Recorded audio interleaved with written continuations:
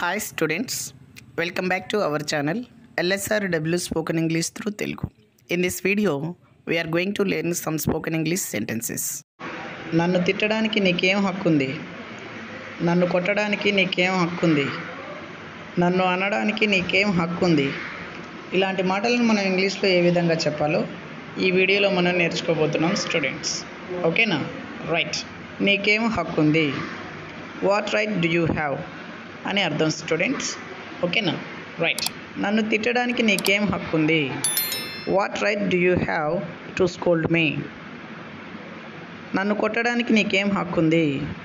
What right do you have to beat me? నన్ను అనడానికి నీకేం హక్కుంది? What right do you have to say me? మీ practice కోసం కింద ఒక సెంటెన్స్ ఇస్తున్నాను స్టూడెంట్స్. ఇచ్చిన సెంటెన్స్ని పైన ఉన్న స్ట్రక్చర్ని యూస్ చేసుకుంటూ కామెంట్ బాక్స్లో కామెంట్ చేయండి స్టూడెంట్స్. ఓకేనా?